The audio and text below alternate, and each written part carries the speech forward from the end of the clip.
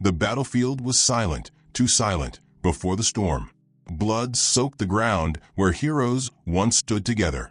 Wolverine lit a cigar with shaky hands, his claws already out. "She's coming," he growled, eyes locked on the burning sky. Captain Marvel descended like a comet, glowing unmerciful. They were friends once. Now, one of them wasn't walking away. The final oath had been made, no more compromises. This time, it was justice or annihilation. It started with silence. Not peace, silence. The kind that lingers after screams have died down and the smoke hasn't yet cleared. And in that silence, legends fell. Wolverine wasn't supposed to be there. Not anymore. Not after what happened in Manhattan. Not after the betrayal. But the news came fast and hard. Xavier's school, gone. Mutants, vanishing. Captain Marvel, now acting as Earth's global enforcer under the new Sentient Peace Accord. The headlines dressed it up like progress. Wolverine saw it for what it was, control. And he'd had enough of being controlled. He stood in the shadows outside a demolished safe house, the stench of scorched metal and burnt DNA thick in the air. His claws twitched. His knuckles cracked. His eyes weren't just angry, they were tired. Tired of wars. Tired of allies turning enemies. Tired of fighting for a world that kept asking him to die quietly. He lit a cigar with hands that had drawn too much blood in too many wars. This wasn't new, but this time it was personal. Carol had crossed the line, and Logan? He was done letting lines get erased. Word on the street, what was left of it, said Captain Marvel wasn't just leading the Earth's defense. She was the defense. S.H.I.E.L.D. collapsed. The Avengers scattered. Stark, missing. Banner, rumored dead. Thor, off-world, silent. Only Carol stood in the light. But shadows stretched behind her, darker than anyone knew. Mutant zones had been reclassified as mutagen quarantine areas. Funny name for open-air prisons. Kids born with powers? Tagged at birth. The Sentient Peace Accord gave Carol and her elite squad the authority to contain mutant potential for global safety. That's how they spun it. Like mutant kind was a glitch in the software of peace. But Logan remembered what really happened. 6 months ago, during a Kree subspace breach, Carol made a call. She rerouted a terraforming strike to stop the Kree mothership before it hit the Earth's core. Heroic? Sure. Except the strike wiped out 3 mutant towns. Thousands dead, all for a preemptive save. She called it necessary loss. Logan called it genocide. He confronted her, not as an enemy, as a friend. As someone who had stood shoulder to shoulder with her in battles no one else survived. And she didn't blink. She looked him in the eye and said, "The needs of Earth come first, even above your people." Your people. That was the moment the alliance broke. He left. No goodbye. No team debrief. Just a vow. If she ever makes that call again, I won't just stop her. I'll end her. Now he was back. Not because he wanted to be. Because he had to be. He walked through the ruins of what used to be the Haven Safe Zone in Nevada. Once a refuge for mutant families. Now a crater filled with twisted rebar and scorched shoes. No bodies. They were gone before the blast. Either vaporized or taken. A faint beeping echoed from below. Logan followed it. Beneath the rubble, he found a cracked data core, still barely alive, recording loops of surveillance footage. And there she was, Carol, hovering, glowing, cold. This zone is no longer authorized. Stand down. A voice begged. A child cried. A hand reached up. Light, blinding, then black.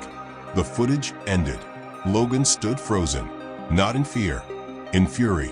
His claws slid out, slow, deliberate, like he was about to make good on the oath he'd buried 6 months ago. He didn't speak, didn't curse, didn't even breathe for a second.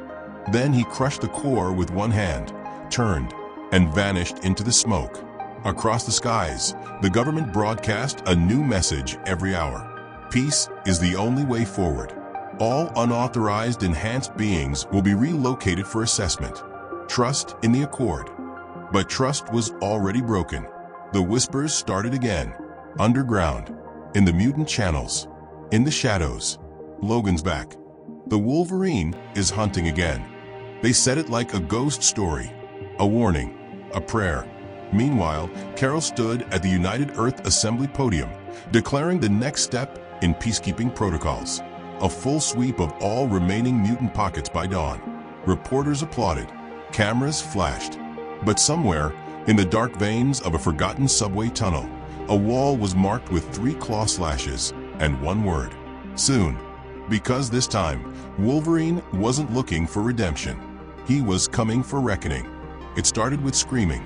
Not loud, not chaotic, just one quiet, trembling voice over an intercepted signal. A child, whispering something barely audible between static and tears. They took Professor X. The words hit like a bullet.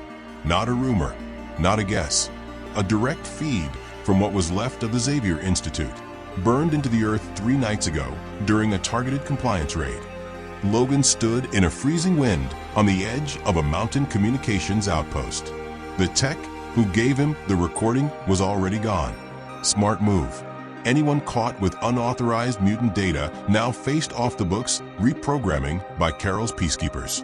Logan replayed the message again. They took him. They said mutants don't get trials anymore. He said you'd come. Please, Logan.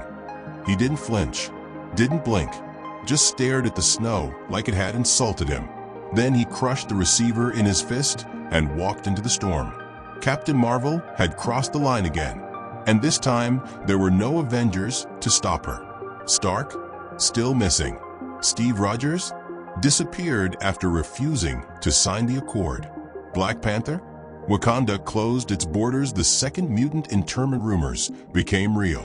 Even Deadpool had gone radio silent, which said a lot. There was no backup coming. But Logan didn't need backup. He needed a target. The Sentient Peace Accord wasn't just Carol's tool. It was her crown. After the global restructure, she was voted in as Earth's prime sentinel. 1 vote. Unanimous. The media called it a new dawn for safety. Logan called it dictatorship in disguise. Her first move? A citywide scan for latent mutant DNA. Her second? Preemptive strikes. Every day since, families vanished. Clinics shut down. Anyone with an X gene anomaly was flagged, tracked, and locked away. No trial, no voice. Just a drone scan and a knock on the door that no one returned from. And now she had Charles, the last man on Earth who still believed in coexistence. Gone.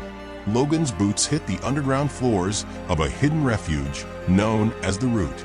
It wasn't much, a collapsing bunker in old New York sewer lines, held together by Magneto's last fragments of willpower. Eric was there, leaning against a cold generator, blood dried on his temple, his powers fading more each day. She took him, Logan said. I know. Magneto didn't ask what Logan was planning. He knew. That's why he pulled a small black case from his coat and handed it over without a word. Logan opened it. Adamantium bullets. Old ones. Illegal.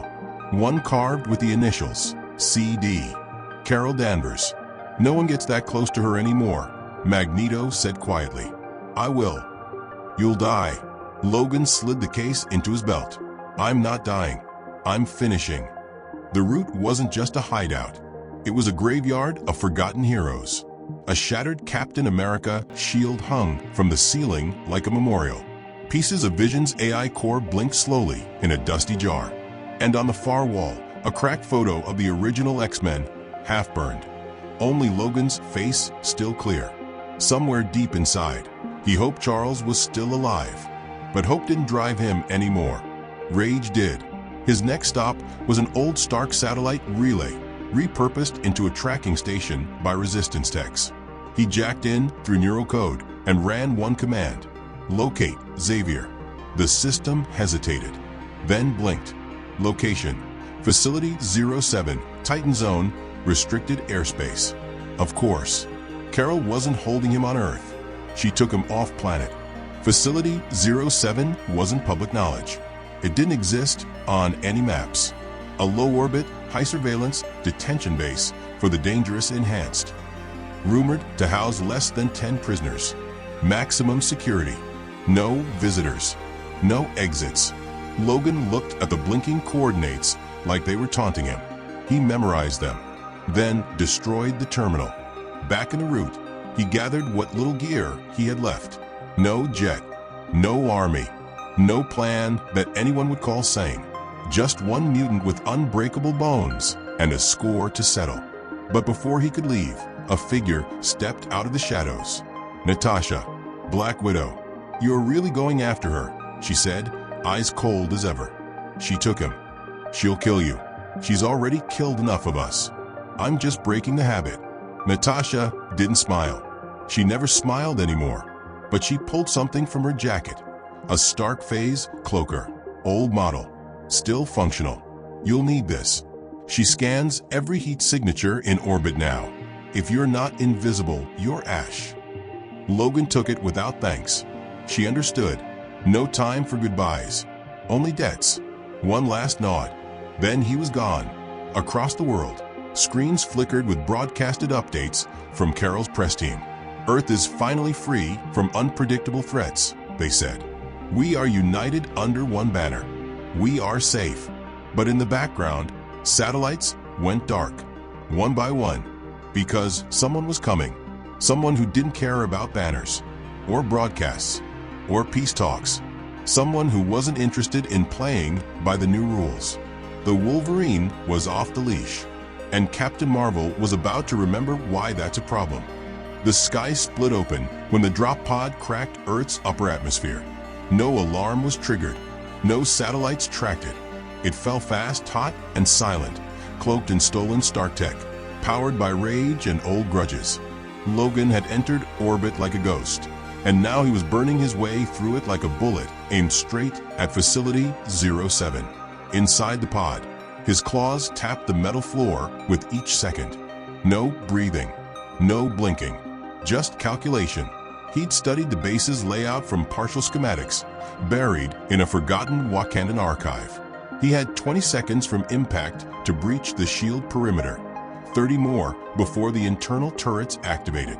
If he wasn't through the core door by then, he'd be Swiss cheese. The pod hit hard, cratered through the reinforced plating of Titan's outer shell like it was cardboard.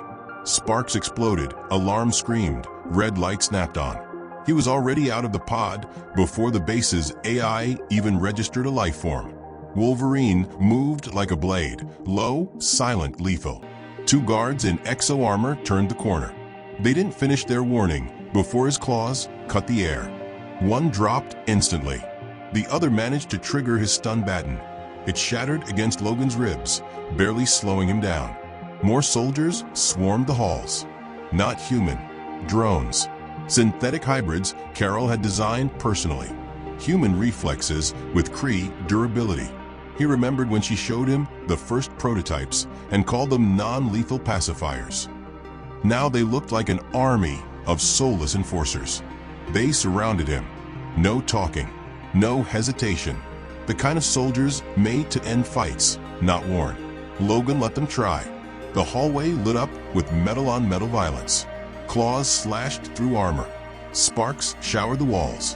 One bot's arm spun off mid-strike, embedding into another. A third tried to detonate, but Logan kicked it through a vent hatch just before it blew. It was chaos, brutal, surgical, but it wasn't enough. More came. From above, from the walls. They poured in like rats programmed to kill one man. Then the floor beneath him shifted. A trapdoor protocol activated. The entire corridor collapsed inward, swallowing him into a vertical shaft. He slammed into the floor hard enough to break bones. They healed, slow but steady. And there she was, Captain Marvel, waiting at the bottom, glowing with a cosmic fire that made the walls hum. She hadn't aged. She hadn't weakened. If anything, she looked more powerful. Like command and control had fused with her DNA. "You shouldn't have come here," she said. Her voice didn't echo. It thundered. Logan didn't reply. "You're risking everything for a man who's already given up," she added. Still nothing. "You want to find Xavier?" She pointed to a cell behind her, sealed in cosmic glass, suspended in a gravity lock. Inside, Charles floated unconscious, pale. Worn. Alive barely. That's when Logan spoke. You let me in this far. Carol's eyes narrowed. I wanted to see if you'd make it. Why? Because if you can, others will try. And I need to remind the galaxy what happens when they do. She launched first. Light exploded in every direction. She hit him like a comet, slamming him into the wall, cracking titanium layers. But Logan didn't fall. He surged forward, claws ripping through the flames, slicing open the fabric of her uniform, drawing blood. Her shock lasted a second. Then she smiled. I forgot how stubborn you are. She lifted him telekinetically and hurled him through the air. He flipped mid-flight, landed on the wall, launched back. They collided mid-air, one pure power, the other pure rage. Carol's punches could crater mountains. Logan took them head-on, bones snapping, healing, snapping again. He kept swinging. One claw grazed her cheek. Blood. Real. She bled. That changed everything. The AI activated self-destruct protocols. The facility had one rule. If the Prime Sentinel was compromised, erase all assets. Carol broke away, furious. You're going to kill him, and yourself. Logan growled, voice raw. Only thing dying here is this lie. He launched one final strike, not at her, but at the control core behind her. His claws stabbed into the override. Sparks burst. Gravity fields crashed. The cell holding Xavier began to fall. Carol rushed to catch it. Logan slammed into her, tackling her away. The pod shattered. Charles dropped, but Logan caught him. Blood dripping, muscles torn, arms trembling. He caught him. Charles gasped for air, eyes fluttering open. Logan, easy, Chuck. I got you. Carol hovered above, breathing heavy, glowing weaker now, her energy draining from prolonged combat. You can't win, she said, not as a threat, as a truth. Logan looked up, holding Xavier in his arms. I already did. He activated the cloak her widow gave him. The signature faded. The backup escape pod cracked open from the wall. Logan threw Charles inside, sealed it, and slapped the emergency launch. Carol didn't move, didn't stop it. She watched it fire into orbit and vanish. She turned back to Logan. You just doomed mutant human peace. No, he whispered. You did that when you forgot who the enemy was. She flew at him, fist blazing. He met her halfway. Then, the screen cuts to black.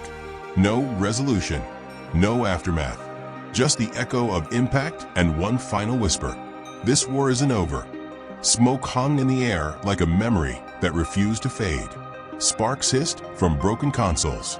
The facility was collapsing, power surging, systems glitching, alarms wailing like sirens at a funeral. Logan stood in the center of it all, bleeding, barely breathing, but still standing.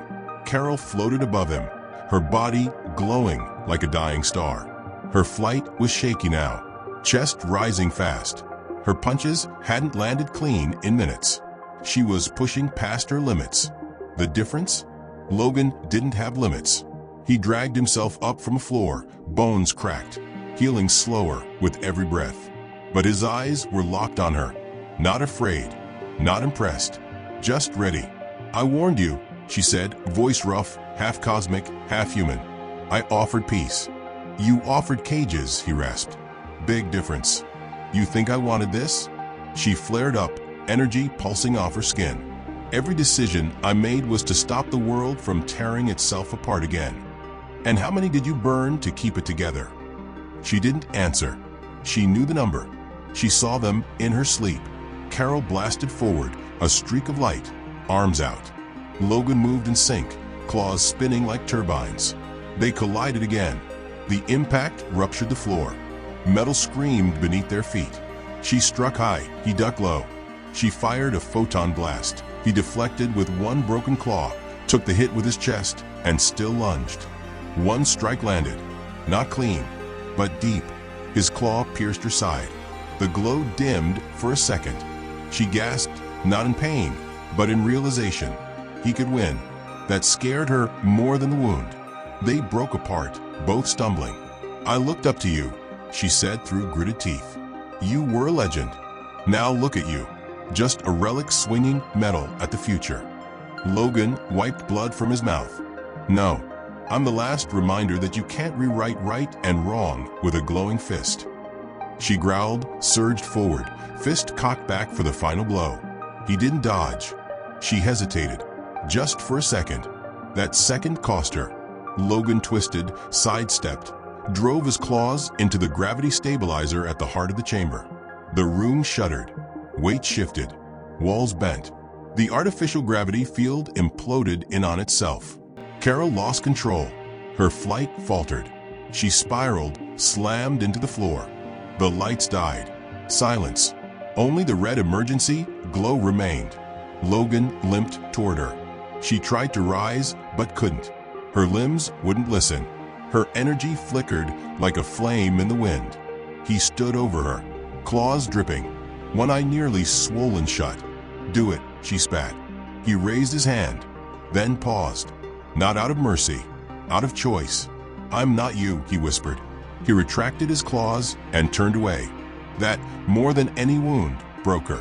As the escape hatch opened, Logan looked back one last time. "Tell them whatever you want. That I died. That I ran. That I failed. But remember this, Carol." He stared her down. "I let you live." Then he was gone. Facility 07 began collapsing seconds later. Systems fried. The shell cracked. One last signal went out before it all went dark.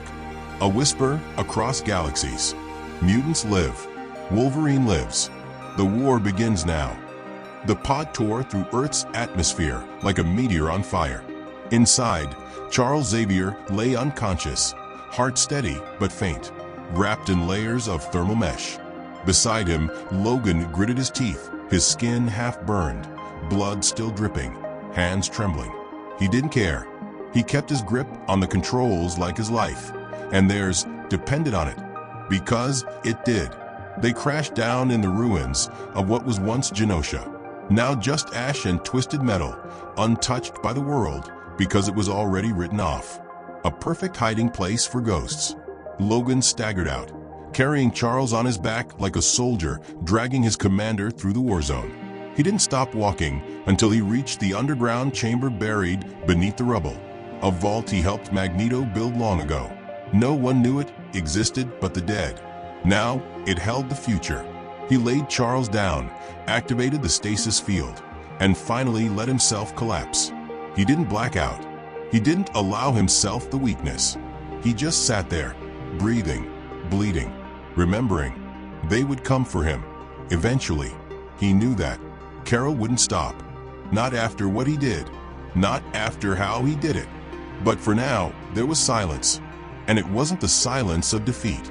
It was the kind of silence that comes just before something begins. He stood up, slowly, painfully, and stared at the wall across from him. Etched into it were the names of the fallen. Jean, Scott, Aurora, Hank, Remy, Laura. Too many. He took out the last thing Charles gave him, a cracked piece of Cerebro. It still glowed faintly. Not enough to find mutants, but enough to record. He pressed it against the wall. The light pulsed once, then began recording. His voice cut through the stillness, low and rough. "They thought we were gone, erased, controlled. But we're not done, not even close." He walked across the chamber, looking into the darkness beyond. "I've seen too much, buried too many, and I'm tired of being the only one who remembers what we were fighting for." His fists clenched, claws slid out slowly, not in rage, in resolve. "We're not hiding anymore." The Cerebro piece blinked, logged his voice into the archive, and sent the signal, encrypted, scattered, aimed at mutant frequencies buried deep beneath layers of planetary code. A message to whoever was left. Mutants live. The war begins now. Across the world, in hidden corners and shattered safe zones, the signal was heard. A young girl in New Seoul looked up from her hiding spot, her eyes glowing purple. A mutant couple in Cairo smashed their tracking bracelets. In a long-abandoned X-Jet hangar in Montana, a forgotten Cerebro unit flickered to life. Logan's voice played in all of them, and in each one a spark returned. Back in Genosha, Wolverine stood at the mouth of the chamber, claws sheathed, battered body silhouetted by the morning light breaking through the dust. He didn't smile. He didn't need to, because the world thought he was gone. But now they would remember. Wolverine lives, and he wasn't alone anymore.